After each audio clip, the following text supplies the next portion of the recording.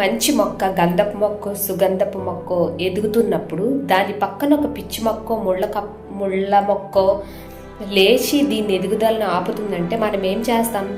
ఆ పిచ్చి మొక్కని పీక్ అవతల పారేస్తాం. ఎందుకంటే ఈ మొక్క ఎదగడానికి సహాయం చేస్తాం. అలాగే నీ లైఫ్లో ఎవరైతే నిన్ను కాదని వాళ్ళు రిజెక్ట్ చేసి నిన్ను విడిచి వెళ్ళిపోయారో వెళ్ళిపోయిన వాళ్ళని వెళ్ళిపోనివ్వండి. ఎందుకంటే అది చాలా నీ మంచి కోసమే. నువ్వు అది కాలమే అవ్వచ్చు, సమయమే అవ్వచ్చు, దేవుడే అవ్వచ్చు, నువ్వు ఎవరైతే బిలీవ్ చేస్తావో నిన్ను ఎదుగుదలకి, నువ్వు ఎదగడానికి సహాయపడటానికి దేవుడే అవని ఎవరైనా అని తీసి పక్కన పాడేశారనమాట. అదొక ముళ్ళ కంచే పనికిరాని మొక్కని నువ్వు సుగంధంలా ఎదగడానికి దేవుడే దీన్ని తీసి పక్కన పాడేశారు.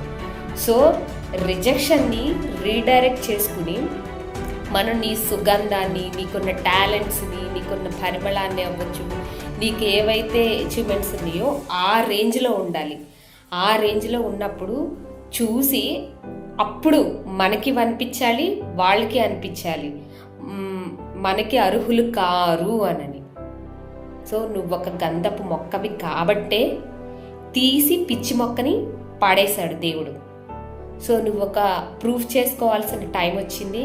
ప్రూఫ్ చేసుకుని నీ లైఫ్ని, నీ హిస్టరీని అవ్వచ్చు, నీ ఐడెంటిటీని నువ్వే ప్రూఫ్ చేసుకోవాలి.